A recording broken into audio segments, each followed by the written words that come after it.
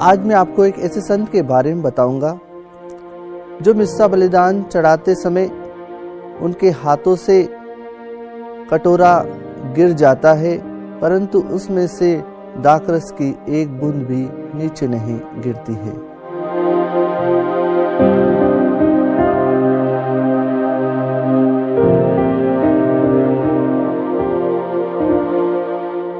क्रिस्त में प्रिय भाइयों और बहनों, हर साल 3 अप्रैल को संपूर्ण कलीसिया संत रिचर्ड का पर्व मनाती है। संत रिचर्ड का जन्म इंग्लैंड में 1197 में हुआ था। उनकी संपूर्ण संपत्ति पर लोगों ने कब्जा कर लिया था क्योंकि वे छोटे थे। उनके बड़े होने के बाद ही वो संपत्ति उनके पास आ सकती थी। उस समय उनके बड़े भाई की भी उम्र बहुत कम थी, जिसके कारण उन्होंने निर्णय किया कि वे पढ़ाई करने के लिए ऑक्सफोर्ड महाविद्यालय जाएंगे। वे वहां पर पढ़ाई करते हुए अपना जीवन व्यतीत करने लगे कि उसी बीच में उन्हें कैनन लॉ पढ़ाने के लिए आमंत्रित किया गया और वे वहीं पर कैनन लॉ पढ़ाने लगे। उसके बाद वे पेरिस एवं तथा अन्य जगह पर जाकर वहां पर प्रोफेसर बनकर शिक्षा देने लगे। 1235 में जब वे इंग्लैंड पहुंचे तो वहां पर उन्हें ऑक्सफोर्ड महाविद्यालय का चांसलर चुन लिया गया और अपनी सेवाएं उन्होंने वहां पर देना प्रारंभ कर दी। उनके गुरु एडमंड जब कैंटरबरी के महाधम प्रांत के धर्माध्यक्ष बने तो उन्होंने 1237 में संत रिचर्ड को भी वहां का चांसलर नियुक्त किया।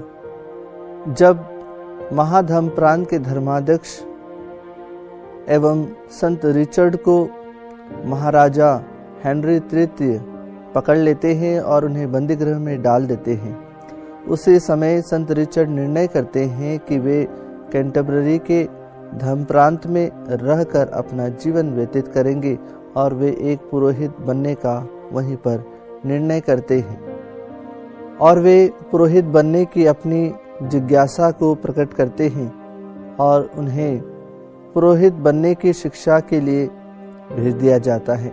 उनकी शिक्षा पूर्ण होने के बाद वे इनका पुरोहिता अभिषेक करते हैं। 1244 को वे चेस्टर के धर्माध्यक्ष चुने जाते हैं। उस समय राजा हेनरी तृतीय उनका विरोध करते हैं क्योंकि राजा हेनरी और किसी को वहां का धर्माध्यक्ष बनाना चाहते थे, जिसके कारण राजा हेनरी उन्हें बार बार प्रताड़नाएं दिया करते थे। परंतु संत रिचर्ड का प्रभाव उनके धर्म प्रांत में बहुत ज्यादा था। राजा हेनरी से भी ज्यादा लोग उनकी बातों को सुनते थे, उनके वचनों पर वे चलते थे क्योंकि वे प्रार्थना में जीवन व्यतीत करते थे।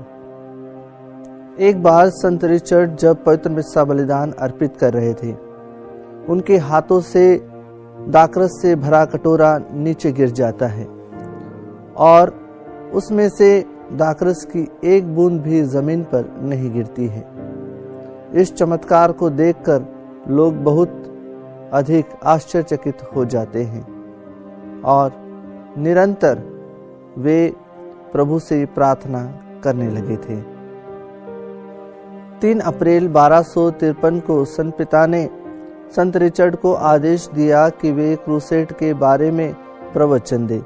उनके प्रवचनों को सुनकर राजा हेनरी को बहुत अत्यधिक गुस्सा आया, जिसके कारण उन्होंने उनके आंतरिक भाग की सभी चीजें निकालकर वेदी के ऊपर रख दी और उनकी मृत्यु हो गई।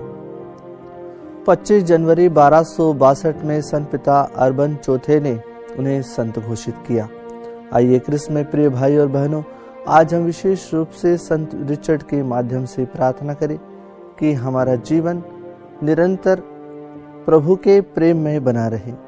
जिस प्रकार से हम पवित्र मिस्सा बलिदान में भाग लेते हैं, विशेष रूप से प्रभु के सामने अपने आप को अर्पित करें, अपने परिवार को अर्पित करें, अपने दिन दुखी जनों को अर्पित करें ताकि वे अच्छे हो सके, चंगाई प्राप्त कर सके।